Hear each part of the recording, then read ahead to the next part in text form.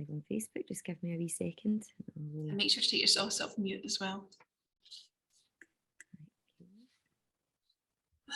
Right. And we said we're going to share in the group this time, Heather. Share in the group, yes. And yes. Guys, at the end, just before we go live, Laura, I'm going to ask you what your what if is. So what if we could change something? What if we didn't have to, you know, act the way we do because of just whatever reason you want to give? So really think about that. What's your what if? Okay, fab. Right, I'm going to click go live.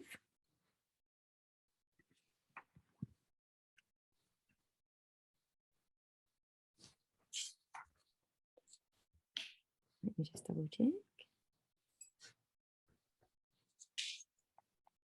Okay, we are live in the GGC Facebook group. Excellent. Good morning, everybody, and welcome to our February panel event with So What, But What If?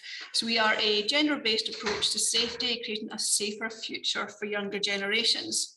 So I'm Heather from One for Growth, and we're joined with an amazing panel today. So give you a bit of background on So What, But What If, first of all. Myself, Laura from Glasgow Girls Club, and Ashley from Thriving Survivors. We hosted a women's safety panel event last November, and it lasted 2 hours, and it just wasn't enough to even touch the subject. More questions came from that panel than we actually managed to cover. And we followed that on with a second panel with Clyde News supporting their Light the Way campaign. And that was fantastic as well. But when we came back together in January, we all agreed that there's too many campaigns, don't last long enough to have enough impact. As amazing as they all are, we wanted to do something that had more longevity and allowed us to have a real clear objective to go to the Scottish Government and the UK Government with at the end of 2022 by creating a platform to bring all campaigns together. So in Thriving Survivors with Ashley, one of the survivors came up with the name So What, But What If? So what, all these campaigns are great, but what if you brought them all together in one place? A multi-pronged collaborative approach to campaigning would have a much greater impact, and that's what we're trying to do. So through this year, we have got a panel every single month. In March, we're going all out there and having 2 panels plus a live event. And we are going to be covering some real key and in-depth and sometimes difficult discussions that looks into why we maybe are where we are with safety in general. Now, we have had a slight change this month. We have changed it from women's safety, from what we started off with in November, to safety in general.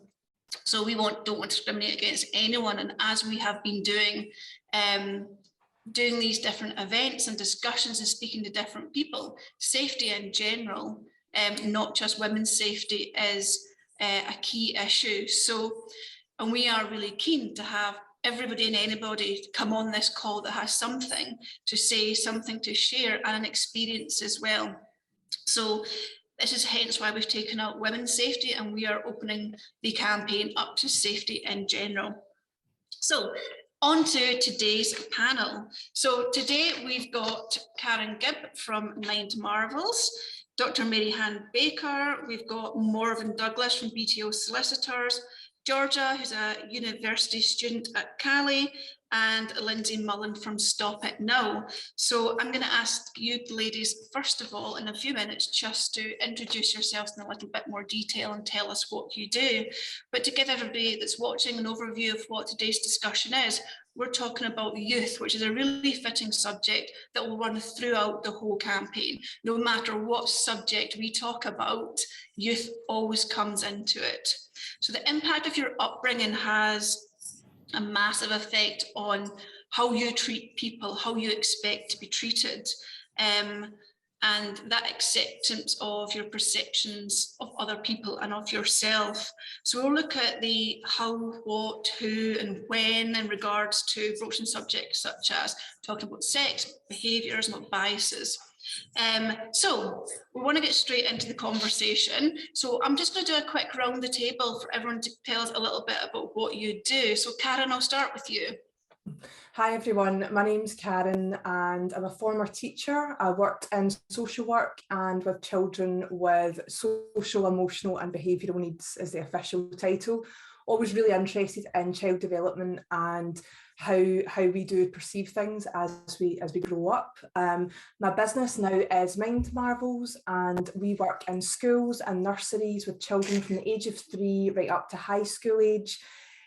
Basically working on their emotional well-being and mental health. So it's calming strategies and practical tools to help young people have that toolkit for now and for life. Mind Marvels is currently in the process of franchising, so we are looking to develop lots of mini Mind Marvels franchises all around the UK, which is super exciting to help really embed that emotional well-being with children all over the UK. Thanks, Karen. Maryhan? So I'm Maryhan. I'm a psychologist and I support children and their families when they're suffering from anxiety. And I'm also the host of the How Not to Screw Up Your Kids podcast. I love that. I love it. Lindsay? Sorry, I've got a bit of a sore throat going on. My name's Lindsay Mullen. I'm the harmful sexual behaviour lead for young people in Scotland. I work for Stop It Now Scotland, which is a child sexual abuse prevention charity, which is part of the Lucy Faithfull Foundation, which is a much bigger kind of UK-wide charity. But my role, I suppose, is to work with children and young people who are affected by or who are getting into trouble online, I suppose, to kind of keep it really brief. So that might be about peer-to-peer sharing, it might be about sharing images in the context of a relationship, it might be a kind of lack of understanding about what consent is, that sort of thing, or it might be that they're looking at adult type images or involved in CSE or grooming type behaviours, or they've been a victim of that. Thanks, Lindsay. Morven? Hi everybody, I'm Morven Douglas. I'm a family lawyer at BTO Solicitors in Glasgow. For my sins, I've been doing family law exclusively since 2003 when I qualified, and I deal with a whole range of family law, any family law matter that comes over the door. For the purposes of today, I suppose the most relevant thing that I'm doing, and I'm doing it frequently, is helping parents come to arrangements in relation to their children upon a separation. Which can be very challenging and sometimes distressing, but generally very rewarding. I wouldn't do anything else. Thanks, Morven. And Georgia? Hi, I'm Georgia. I'm a final year student at Glasgow Caledonian, studying media. I'm a big feminist and I'm just really happy to be here today. Thank you for having me. Thanks, Georgia. And Georgia was on our Women's Safety panel in November as well and was brilliant. So hence why we've brought Georgia back. And Laura and Ashley, do you want to give a quick introduction? So Laura. So my name's Laura. I'm the founder of the Glasgow Girls Club, which is a community forum aimed around encouraging women to grow and glow both personally and professionally. And Ashley? I'm Ashley Scotland and I'm the founder and chief executive of Thriving Survivors. We are a charity that's been established since 2016 and we work with people who've been affected by trauma, and that's quite wide. So we work with lots of different types of trauma. Amazing. What a fantastic panel and a nice mix of people as well. So I'm looking forward to this conversation. So I'm going to direct some questions just to start it up. There's a conversation for everyone to get involved. And if you've got any questions or any comments that you want to put into the chat for anybody who's watching, please do, and we'll do our best to keep an eye on that. It can be quite hard when we all get chatting, but we'll do our best, and if not, come back to you afterwards. So I'm going to kick off with the when. So obviously, I'm a mum, I've got a 10-year-old daughter, and we have lots of parks around us and walk the dog, and when we are walking through the park, I refuse to go there at night because our upbringing is you don't walk through the park at night. And my daughter at 10 goes, well, why not? And up till now, I was going, oh, just trust me, you'll learn when you're older. But she's 10, she's going to go to high school soon. So the question is, when do we start speaking to them and being honest about dangers out there and how to stay safe? So Karen, can I start with you? When do you feel from working with kids we should be starting to have conversations? I think as soon as possible. I mean, even talking to them as toddlers, because there is danger out there from a young age, unfortunately, and it's not to scare them or to make them feel frightened, but just to be aware perhaps of what's out there. But I think as a youngster, even at school, we were taught that it's problematic perhaps sometimes that the police and the reputation that they can have is. Sometimes you were told that if you were bad, the policeman or the policewoman would come and get you. And actually, we need to change that behaviour. And sometimes I do hear that when I'm out and about, parents telling children, and it's about looking at these kind of people and more as a community approach and how actually they can help us when we are in danger. It's not about necessarily having a fear of people in authority, but more what these people can do for us when we do need them in a situation, regardless how young or old we are, when we need that help. Yeah. Maryhan? Oh, Karen, that so resonates with me, those stories of like, if you do this, the police will come and get you. And I agree completely with Karen. I think we need to have these conversations early and earlier than we think. So if we're looking at statistics just in terms of sort of children accessing online pornography, we know that 50% of children will leave primary school having seen some online pornography, and children as young as 7. So it's always earlier and much younger, but we can change the language. We don't need to make it one around fear. We don't need to make it one that where we're approaching a subject that we feel uncomfortable about, or it's icky or shameful, or it's just using the right language at the right time and giving them just enough information for them to digest. If they need to know more, and processing it, they'll come back to us and then we can continue the dialogue. But it's just having those conversations right from the beginning about using their voice, gaining consent. What does consent look like from those sort of ages? And then those safety ones around very much, how can I make sure that I don't put myself in a situation that might cause me harm? Yeah, do you know, Laura, you were watching last night the rape culture programme, and it talks about children in school watching porn, and I found that quite surprising. And to hear 50% has watched it by the time they finish primary school is crazy. Laura, what did you find from that programme last night? Tell us a bit more about that. Yeah, it was horrifying, kind of what Zoe McDermott had kind of discovered from the rape culture in the schools that she'd been going into. And actually, I think fundamentally, like, I was comparing it to my own experience at school, and it was not even like a shadow of what's going on in the schools anyway that she was in just now. And I think the internet has had such a crazy effect on how young boys and young girls are ingesting what sex is, what it should be. If they're looking at things like pornography, they were talking about Pornhub being one of the main sort of porn sites. There was at this point no age verification on the website, and their algorithm actually directs users to the website to the violent stuff. So young boys are going on Pornhub, young girls as well. They are seeing cases where women are being abused, young women, legally of age was one of the titles. I mean, they're seeing some horrific stuff, and then they are taking that to be their education of what sex actually is. And I totally agree with what the ladies were saying. It needs to start so much younger. The conversations, they shouldn't be shameful if we can start them really young. And I know that before, when we were talking about this live, I was talking about my cousin, and she was basically telling me from the minute Bella Rose, my daughter, she's 2, was born, was to ensure that I call all her different parts what they actually fundamentally are. So call her vulva, don't call it her flower, don't call it anything which takes it away from actually what it is. And do you know what I had to do? I had to go and Google vulva versus vagina, because my own knowledge of what, my own genitalia was wrong. I thought that it was called a vagina, and actually, if you look into it, it's like the vagina is the canal, the vulva is the outer, the inner, So for me, I was like, how did I not know this? And the reason why my cousin said this to me was because a sexual abuse case had been thrown out of the court because the young girl in question was not referring to it as what it was, which is horrific. So that case was thrown out. So for me, I was like, right away, Bella Rose, every time we're talking about our body, it's the vulva. And yeah, taking away my own projected experience of feeling a bit weird about calling it a vulva, I was like, no way. I want to change the narrative from my own experience of learning about sex.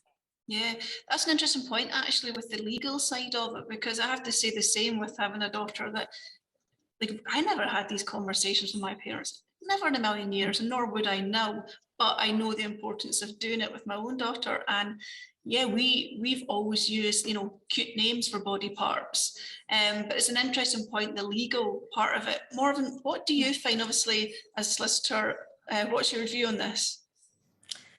Well, I probably not as a solicitor in a sense, but I actually had heard that from somewhere else as well, and try and do that with my own children. And I have to say, I find it really, really awkward as well, because I've had probably the same upbringing as you, and that just didn't talk about it, and certainly wouldn't use, you know, the actual words, etc. But yes, when it comes to the legal side of things, I suppose that's more obviously kind of a criminal situation, but yes, there can be so many technicalities in law for things can be thrown out on a technicality, and that, you know, it's horrendous for that to have happened just because of the use of a word.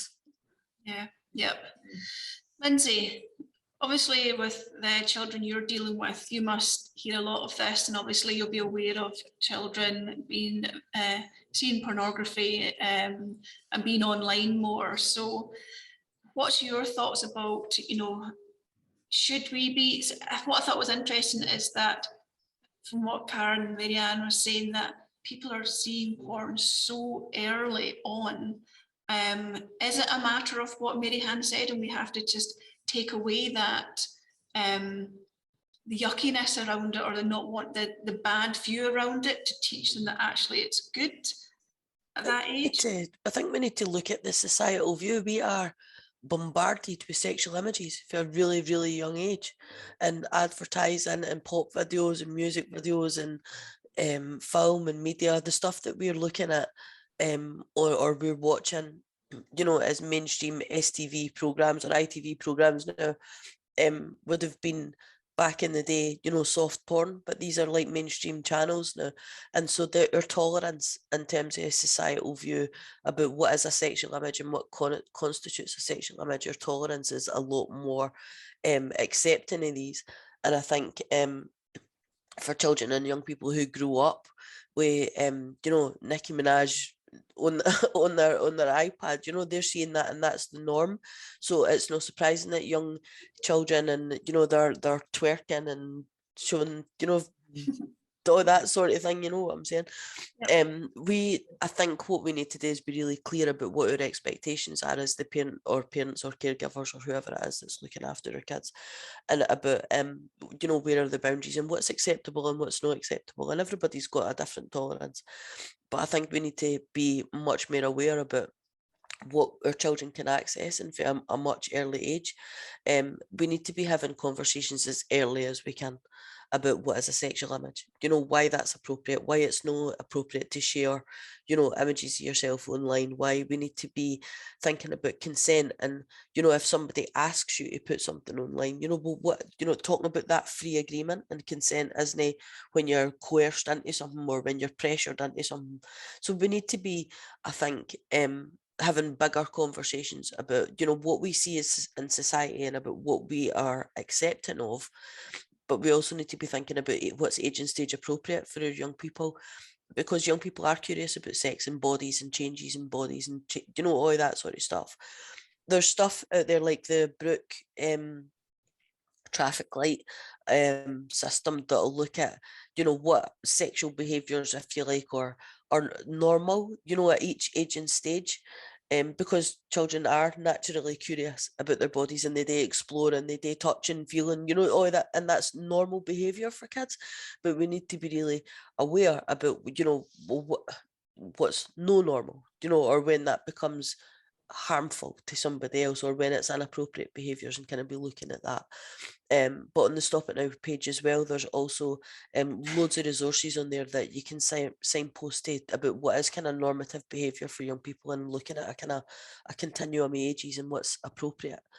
But I think I've just totally digressed off the topic there. But, it's an open conversation, you know. But no, I think as early as we can, going back to your original question, we need to absolutely be having these conversations with kids about what they're watching online, and not necessarily about sex and sexual images, but about gaming, about who they're talking to, about what information they share, what is personal information, you know, having your password protected, or these really basic conversations. So as soon as your kid is able to access any sort of IT, we need to be having conversations about keeping yourself safe online, because not everybody, you know, has the same agenda as you, and sometimes the internet's a scary place. Yeah, I think you make a good point there about passwords and sharing information and kids' visibility. So you go away from the whole sex side of things, gaming and everything as well, and the ability to watch stuff in the likes of YouTube. And like I know with my daughter, she's only allowed children's YouTube. Even her laptop is locked down. If she tries to go onto a page, we get a notification. Like, well, that's fine, and you know, and I'm really happy that, you know, you're dead vigilant about what your kid watches. But what happens when she goes to stay with a friend, or what happens when she goes to school, and then she can access? So it's more important for us to be having these conversations with our children about what's appropriate, about keeping yourself safe, about the dangers of online, about digital resilience, than it is to have your computer's password protected and absolutely locked down. Because in a kind of contextual safeguarding space, but you can't police what your kids look at when they're at school, or when they're on a bus, or when they go to McDonald's and you've got Wi-Fi hotspots. So it's the bigger conversations are about creating a dialogue with your kid about, if you feel uneasy about something that you see online, come and speak to me. Because it's not having that knee-jerk reaction that I'm going to take all your equipment off you if you get into trouble online, because you will, probably at some point. There was that naivety for me that I thought it's all locked down, it'll all be good. But actually the weekend for me was a bit of an eye-opener, that she was away with her cousin and there was other children and they didn't have these same things. So actually it doesn't actually matter what I do, she will have access to it. When she was younger, I could control it. Now I can't. So yeah, this is why the conversations are so important. Ashley, can I come to you, because you have been really open with your children since day one. So we've said, obviously, start as young as possible. What age is as young as possible, and what is appropriate at different ages, have you found with your own kids? Okay, so I've got 3 kids. I've got 2 boys and a girl. And my girl has just turned 3. One of my older boy is 15 next week. And then my younger son is 9, just passed. So I've got kids at every stage of this sort of process. Have I learned along the way? 100%. So there was things, of course, with my older son that sort of came out the blue. You didn't know these things were going to happen, and internet was still a new thing to him. So I think very much when we have the conversations, it sort of runs through their childhood for me. I've right from my daughter right now, where we talk about our body parts and we talk about not touching other people's body parts, because of course our hands out, it's down my t-shirt and all these different things, and it's about setting those boundaries. I know I'm a mum, but let's set those boundaries, and that we don't put our hands down other people's t-shirts. So we've already started to have these conversations. Do you know, as soon as she was born, it was important that as she started to grow and develop, she knows her body. She knows what's right for her body and what isn't. So that boundary was, the conversations were happening right from our sort of 6 months onwards, as we started to teach her about her body and keeping herself clean and all these other things. My boys, now they're a different kettle of fish because they are older, they are in that digital world. both have seen things they shouldn't have, but we've got such an open conversation in this house. Both my boys came and spoke to me right away. So being open and being able to say, we as British people, right, no sex please, we're British. There is that attitude that sex is shameful, sex is bad, and I think that needs to be, that attitude and that narrative needs to change. I think we need to really look at sex as a natural thing. Your body isn't something to be ashamed of, regardless of its shape or size or any of these things. So all those things are really important to teach your children. It's about loving the skin you're in and appreciating your body. And I think if you can teach them that at a young age, then that will go through them, grow with them through life. But the actual conversations around consent, about what we see as appropriate. So I've had conversations with my older son in particular about Pornhub, and the fact that what he's seeing there might not always be consensual on everybody's part. So a lot of these people that participate in pornography don't choose to be there. So what our children are viewing is extremely, extremely disturbing. So just being able to have those conversations. So I've seen this, Mum, but it came up. I remember once he told me that there was a group of kids and they were watching something on a phone in a park. How do you manage that? How do we as parents manage that? And what Lindsay says is right. We need to be able to have these very open, very honest and very frank conversations with our children, relevant to their stage of development. Of course, we don't want to scare them. We don't want to put the fear in them. But if our children, and I know that as my daughter grows, she'll be able to come and speak to me about anything, because that's the way we work in this house, being able to be open, and there is no shame around sex, there is no guilt around it, but it's about loving the skin that they're in, and that's sort of my ethos for my kids. But it is about being open. Both my boys will come and openly speak to me about their development. So my younger son, you could have picked my jaw up off the ground with what he said, right? I thought I'd heard everything from my older boy. I thought I'd heard it all. But there was a conversation between my younger son and his friend, who's female. And this conversation that happened between them led for him to come back, and he says, Mum, we've had this conversation with my friend and this is what she said. And I was like, oh, all right. And he's telling me, he told his dad that my eyes got wider and wider and wider as he was telling me, because I was really shocked, because he was only 8 at the time, the girl's only 8, and these are the conversations that they are having. So that led to a really honest conversation between Dad, me, and my younger son, because in that moment, whilst I was shocked, he felt able to come and speak those words to me. Your kids need to, I think my long-winded way, right, here's my point. I think our kids need to know that it's all right to come and have these conversations with us, and that would make a big difference to people. Sorry, I've sort of ranted there. Not at all. Not at all. And I think I was going to say, Ashley, I think that as well, where if there's more than one parent in the house, I think if both parents can be having the conversations and both taking that joint approach with the kids about the boundaries and how to keep themselves safe, etc. Because what I see is when things go wrong and parents separate, what can cause a huge problem for kids if there's different attitudes, and there's one situation in one house, one in another. The child can be unsafe in one house for one thing, but they can also then see the conflict between their parents, and that creates a whole host of other difficulties, not just the safety. They then run into, having anxiety just because they can see that there's a conflict between their parents. So that kind of joint approach, whether the parents are together or separated, I think is really important as well.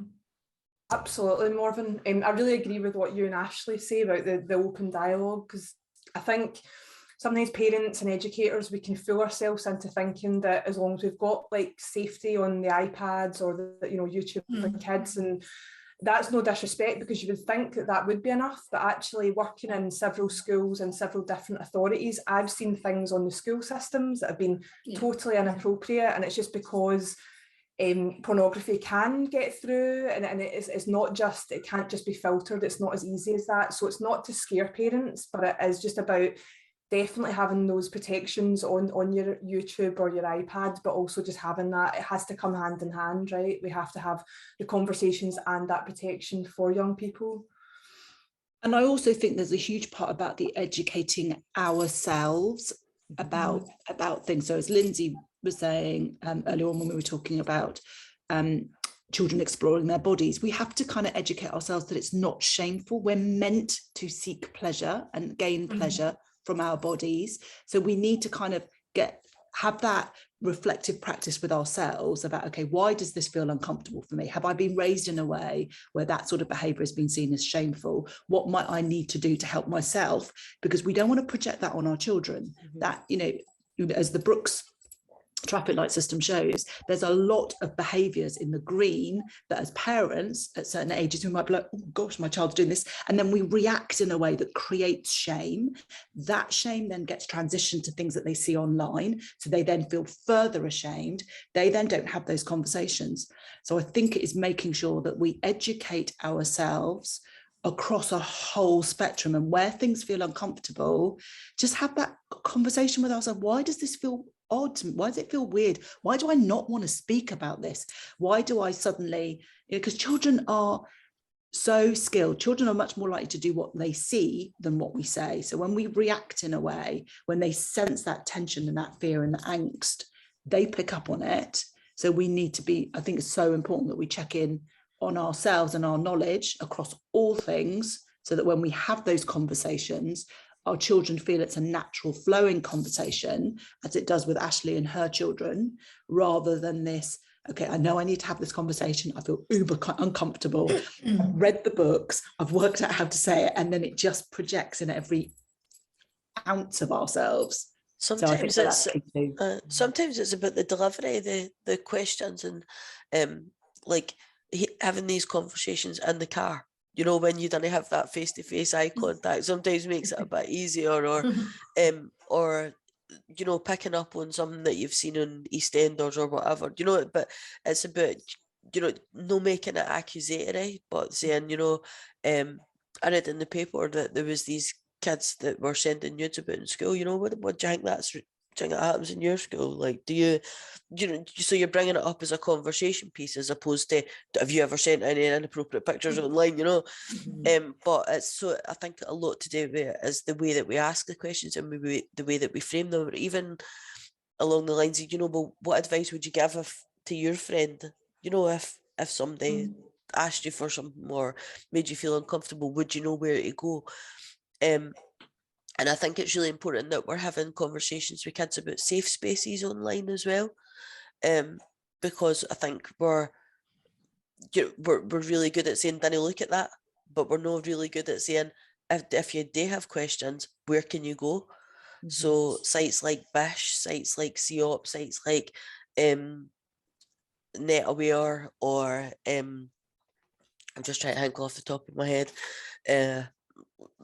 We've got loads and loads of really good resources in terms of kind of safe spaces. So if you are looking for a bit more information, we can signpost all that to you as well. But it's about like saying, like making it explicit to young people that you like the Childline website is brilliant, you know.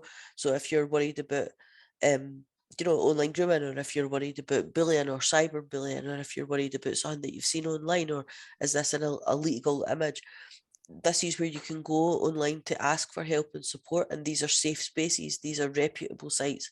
So it's really important that we're upskilling our young people with the correct information as well, and not just saying, "Didn't look at that," because that's clearly not going to work. So if you are interested about exploring your sexuality, or if you're, you know, wondering about your gender or whatever, there's sites that you can go and look and source information that you're not having to go to Pornhub to find out, well, what happens when you're gay. You know what I mean? So sites like BISH. It's a sexual health and relationship site. They're really good, and that's aimed at over 14s, and it kind of directs them to loads of stuff around about health and sexuality, sexual relationships. So there's loads of stuff out there, but it's knowing where to signpost your kids to. So if you're going to have conversations with them about sex or sexuality or sexual relationships or keeping safe online sexually, we need to be upskilling ourselves to say, well, this is the information that we need, but also we need to be signposting our kids to safe places, because they might not ask you, or they might not feel comfortable in asking you. But if we can signpost them, then again, that's kind of empowering them to look and source information for themselves. Thanks, Lindsay. It's really interesting, actually. The word that keeps coming up from everybody is reaction. And it's funny because actually when you said, oh, you know, having these conversations at 8 years old, my first reaction was, that is terrifying. But I suppose listening to all of you, it's actually, as a parent, we need to get by that's terrifying. And our initial reaction needs to be, all right, okay, well, in that case, you know, look at this, look at that, etc. So it's interesting. I hadn't thought of that side of it, as actually maybe it's us that need to educate ourselves first in order to be able to change how we bring our kids up as well and how they see things. It's interesting. As a parent, I'm just sitting thinking this through, concentrate on the questions. So, Georgia, can I come to you? Because obviously we're talking a lot about younger children here and how we deal with them. Now, you are here as a student, you are still within that youth bracket. Did you have these conversations with your parents?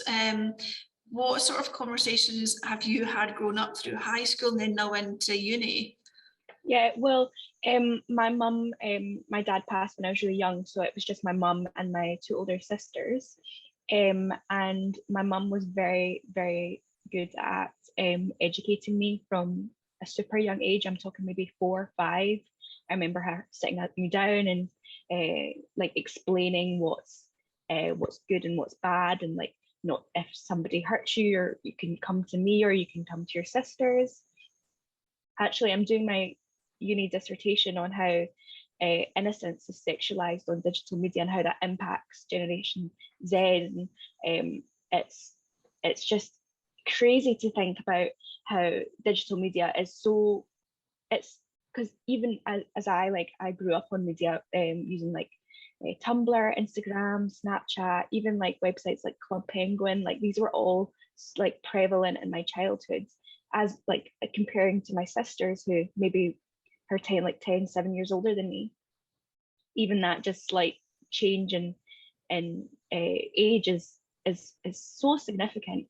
But I think it's so important to even just have like a transparency with kids from a young age, because even if they're not comfortable enough to have those kind of conversations with parents, it's important for them to know that it's not a shameful thing to seek that knowledge elsewhere, whether it be a teacher or, you know, a sister or a friend's parent. But no, definitely I think I was quite lucky to have older sisters and a mother that were really kind of cautious about my health and ensuring I was safe, as well as having that conversation kind of change over time. So like it was very age appropriate. Whereas within high school, I was realizing that the kind of lessons we were taught in school wasn't corresponding well with what was being said in the playground or being said at lunchtime. I don't think it's a universal thing that can be kind of a one box ticks all, because we all grow up at different rates. I was a very late bloomer, so I didn't really understand a lot of things. So when we would go into class, there was maybe like 20 of us in this classroom. All the boys were giggling because they'd been knowing all this stuff from years ago, whereas this was completely new to me, because it's not a universal thing. So I do think there is a kind of, I wouldn't say like a social responsibility, but I think there has to be some sort of universal guidance that helps with parents as well as teachers, and as well as like anyone. Like I'm an auntie, and hopefully it's not my responsibility to teach my nephew, but I'm definitely going to you know, try and give my 2 cents where I can, because it's so important as well. So much, George. That's interesting. Actually, the 2 comments you made was innocence is sexualized, which is true, and that I suppose it just comes back to, again, we can't just assume that, oh, our little kid's innocent, you know what, it's fine, they don't need to know yet. Well, actually, that is what is sexualized. So that's a bit terrifying. I know that education is not like what's going on in the classroom, which is true as well. And I actually had this conversation recently, like, I wonder actually what they teach in sex ed in school, and is it actually really relevant or helpful in regards to what's really going on in life? Does anyone here work within schools that can kind of delve deeper into that? I don't work specifically in school, but I've been involved with a school in Glasgow, and I think a lot of so we've been working with the young people in school to look at PSE and look at the information that's available to young people that's taught in PSE, and we've within our kind of steering group in Shawlands Academy, what we did was looked at how we could rewrite the PSE and make the curriculum a bit more relevant. So we did loads of stuff about online safety, about gaming, about grooming, about consent, because that was massively missing. And I think even though we have the new RHSP guidance in terms of what needs to be taught in school, a lot of it comes down to the confidence of the teacher and who's delivering this.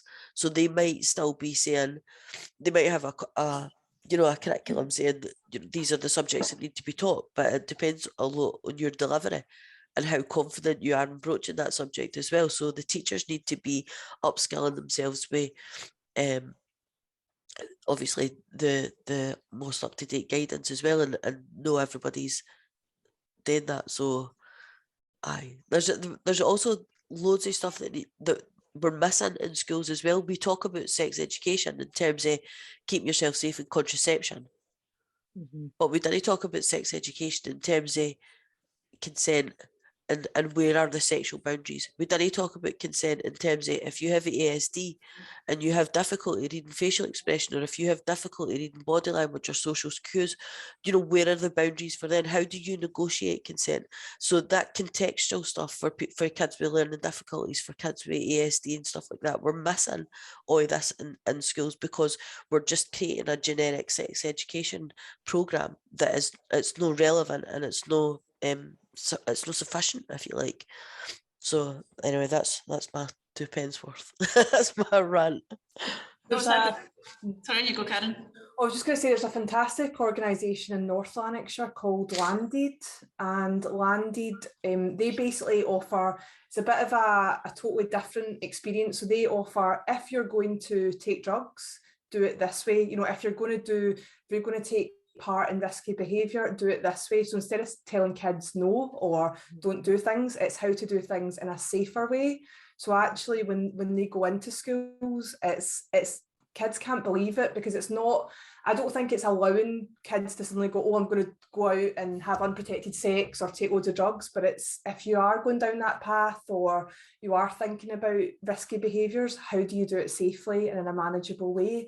And for me, when I took part in some of those workshops, just sitting there as a teacher, it totally opened my eyes, because I thought this does work. Because when we tell kids no, or we tell adults no, what do you want to do instead? You want to do it anyway. Yeah, it's true. I'm just aware of time, so I want to go to Facebook, and there's a few comments and questions. So I'm just going to read them out, and this is an open floor for anybody to come in. So we've got one lady saying, can you say, okay, so this is from Sheila, actually meeting later, and she said, can you say how other people's kids or parents react to our using correct terms? So this was in regard to your comment, Laura, about teaching your children the right names.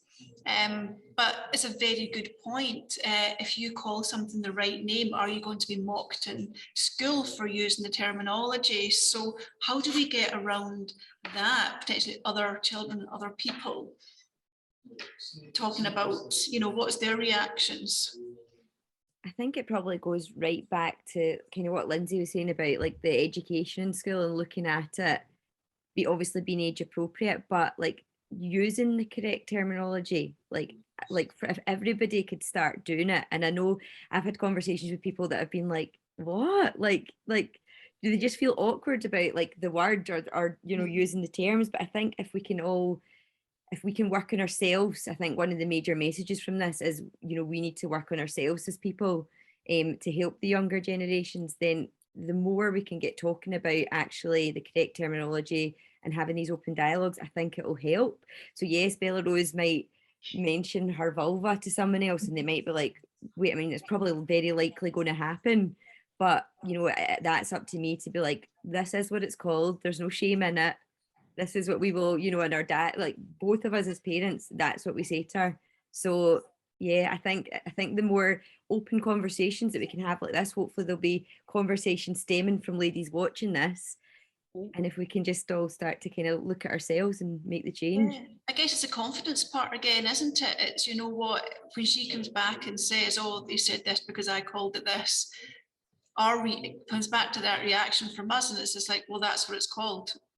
Yeah, I also think it's equipping them in advance and being, I think we have to get real, and it does happen because I've you know, spoken to children. It's also explaining to our children, this is what it's called, but you may find friends that don't call it this way, that they use, being honest that there is sometimes some people feel a bit embarrassed about having these conversations. So don't, because otherwise we don't equip them. And when you get these situations, they're either mocked, and it does happen, you know, they're laughed at, oh God, don't say that, it's not called that. So that they know that how will you deal with that? What could you do? So that they're not caught short in that moment, whilst, you know, obviously long term we want everyone to be using the correct terms, but we have to accept this isn't going to shift overnight. Yeah. And we have to equip our children to deal with those scenarios. That's good advice. Yeah, that's a good point. I've got another one here. So there's a lot of comments. Let me just find it. So somebody said, why are we not protecting our children instead of exposing them? I think we've kind of covered this one in that we're not exposing them. They are going to be exposed to this, no matter how hard we try and protect them. So it goes beyond that to, yes, as parents, we are going to do everything we can to protect our children, but actually part of protecting them is being realistic and teaching them. And I think the world's ever changing and ever evolving. It's not, we can't go back. This is the way that our children are living their lives. It's not about protecting, it's about educating. Yeah. It's a work in progress, isn't it? Things aren't going to change overnight. So yeah, exactly. It's not about exposing them either. I think it needs a different lens taken to it. Having these conversations, it takes away their innocence. I would rather have these conversations with my children where I knew that they were being educated and they were being informed in a way that was safe for them. I see the conversations I have with my children as ways to protect them as they grow, and not just in their childhood, but right into their adulthood as they go on a night bus and they, it's not about exposure. Bad things happen in this world. It's about building their resilience and building, their ability, kind of risk assessing and know where to go for help and support, and to ask the questions. So it's not about exposing them or being risk averse. Everybody needs a bit of, to be exposed to risk in some shape or form, because it's how we learn.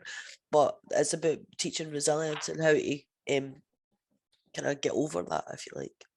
Actually, what you just said there about taking away their innocence, that actually is one of the reasons I've not had all the conversations with my daughters. I don't want to take away innocence. And actually from this panel event, I can see actually you're protecting their innocence by making them safe as to what would take it away. So, excellent. Ladies, is there anything else? Sorry, Ashton, you go. If these conversations were formed as just part of an everyday lesson that we teach, so we teach our kids to talk, we teach them to walk, we teach them to do we teach them to do everything. Why not teach them about their body? Why not teach them about their boundaries and their personal space? So in terms of the age that you're at with Millie, your daughter at the moment, it's about that personal space. Who's allowed in that personal space? What does that mean for her? And really opening that out. So my son, who's 8, we talk a lot about personal space, lots and lots, and it's about what for him is proper and what is not. And I think they're fundamental conversations that we need to be having. It's not about taking away an innocence, it's about protecting. If some of the people who have got lived experience had those conversations as children, might not now be adults, survivors. Yeah. So yeah. I think it ties in as well, not just about your personal boundaries when it comes to your bodies, everything Lindsay's been saying as well about online and the gaming and your understanding the limitations there of what you should and shouldn't be giving away and sharing. Because I know when I first came on this panel event, my thought was all around you know, the sexual side of protecting your children, but actually for me the online side is completely unknown as well. And because again, naivety, my daughter's not into gaming and stuff, so she wouldn't see it, but of course she does. Her friends see it. She was playing it at the weekend with her cousins. So yeah, there's a massive education part, isn't it? So I think, like, I've taken loads of notes. So learning from me today too, but I think the main points that I've put down here to take away, and I think for parents and carers to, you know, take into account, is like to normalize the conversations, to watch our reactions and educate ourselves to make sure that we can teach properly, to research and know where the availability of information is that we can share with our children, and to lose naivety that they're not going to see things or hear things that's going to happen. So rather than react badly, then take that information and give it to your children.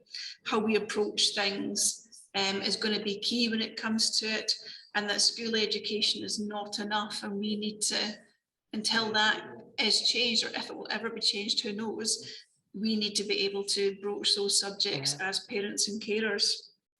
And the acceptance that we are not taking away their innocence, we are protecting them by putting these key points into action.